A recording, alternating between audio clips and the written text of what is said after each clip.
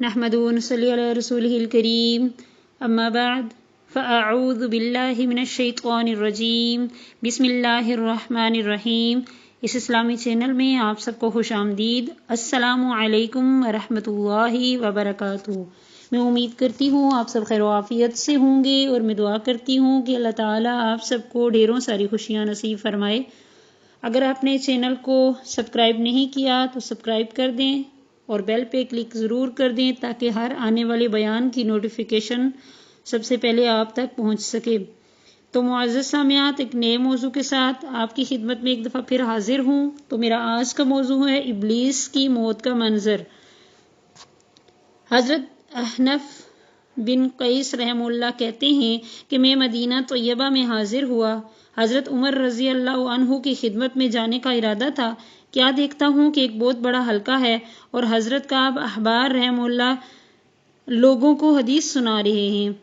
فرما رہے تھے کہ جب حضرت آدم علیہ السلام کی وفات کا وقت قریب آیا تو کہنے لگے، یا اللہ، مجھے مردہ دیکھ کر میرا دشمن خوشیاں منائے گا جبکہ اسے طویل مدت کے لیے مہلت ملی ہوئی ہے۔ جواب آیا، اے آدم، تو جنت میں چلا جائے گا اور وہ ملعون اپنی مدت کے خاتمے تک باقی رہے گا، اور تمام اولین و آخرین کی موتوں کی تعداد کے بقدر اسے تکلیف اٹھانی پڑے گی۔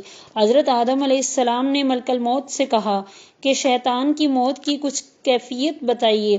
جب فرشتے نے اس کی موت کی کیفیت بتانی شروع کی تو آدم علیہ السلام ربی حسبی حسبی کہ اے اللہ، بس اتنا ہی کافی ہے پکار اٹھے۔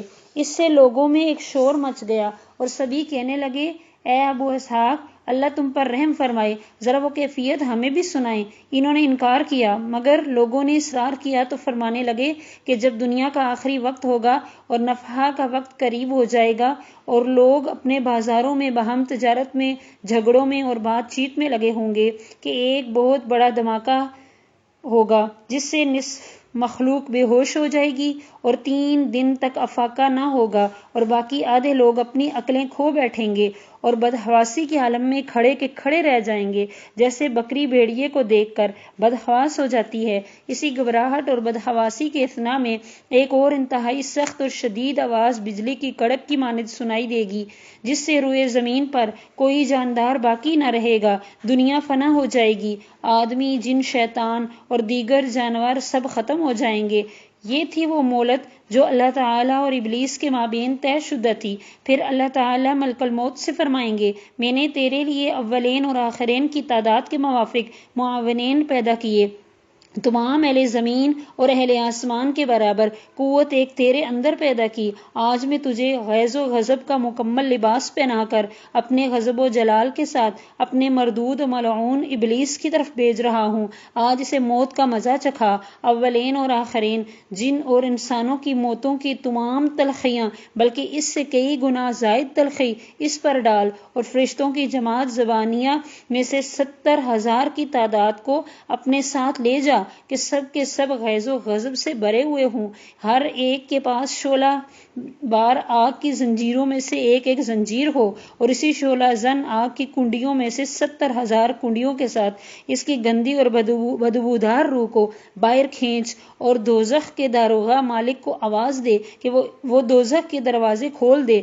چنانچہ ملک الموت ایسی بھیانک شکل و صورت میں آئے گا کہ اگر 7 آسمانوں اور زمین والے اسے دیکھ پائیں تو اس کی ہیبت ہی سے سب کے سب پگھل کر رہ جائیں۔ ملک الموت جب ابلیس کے پاس پہنچے گا اور اسے ایک ڈانٹ پلائے گا تو وہ بے ہوش ہو جائے گا اور یوں خراٹے بھرنے لگے گا کہ اگر مشرق و مغرب والے سن پائیں تو ان خراٹوں کی بھیانک آواز ہی سے بے ہوش ہو جائیں۔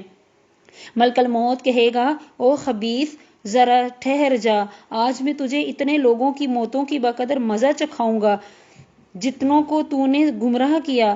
کس قدر عمر تھی جو تجھ کو ملی، اور کتنے قرن اور زمانے کے لوگوں کو تو نے گمراہ کیا، اور تیرے کس قدر ساتھی ہیں جو جہنم میں پڑے ہوئے ہیں اور تیری رفاقت کے منتظر ہیں۔ یہی وہ وقت ہے جو تیرے رب اور تیرے درمیان طے شدہ تھا۔ اب بھاگ، کہاں جانا ہے؟ وہ ملعون مشرق کی طرف بھاگے گا، مگر ملک الموت کو سامنے پائے گا۔ وہ سمندر میں غوطہ لگائے گا تو وہ اسے قبول نہیں کریں گے بلکہ باہر پھینک دیں گے، اور ملک الموت وہاں بھی موجود ہوگا۔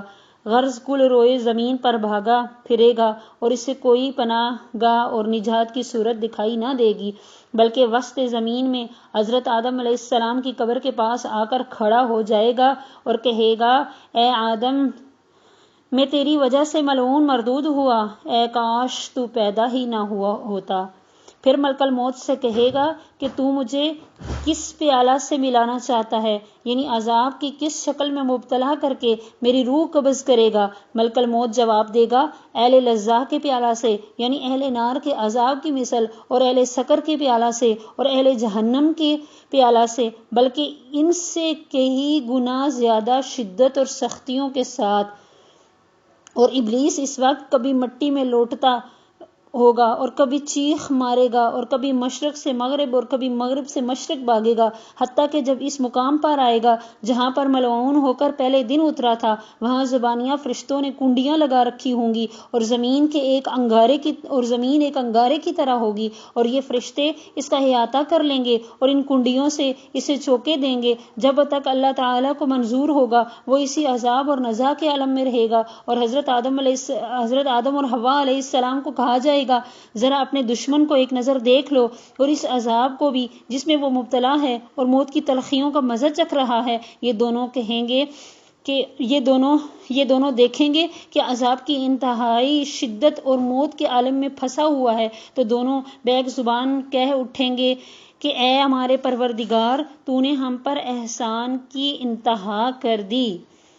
تو یہ تھا شیطان کی موت کا منظر جو آپ کے سامنے آج میں نے بیان کیا۔ آخر میں میری یہی دعا ہے کہ اللہ تعالی ہم سب کو شیطان کے مکر و فریب سے محفوظ فرمائے۔ وآخر دعوانا ان الحمدللہ۔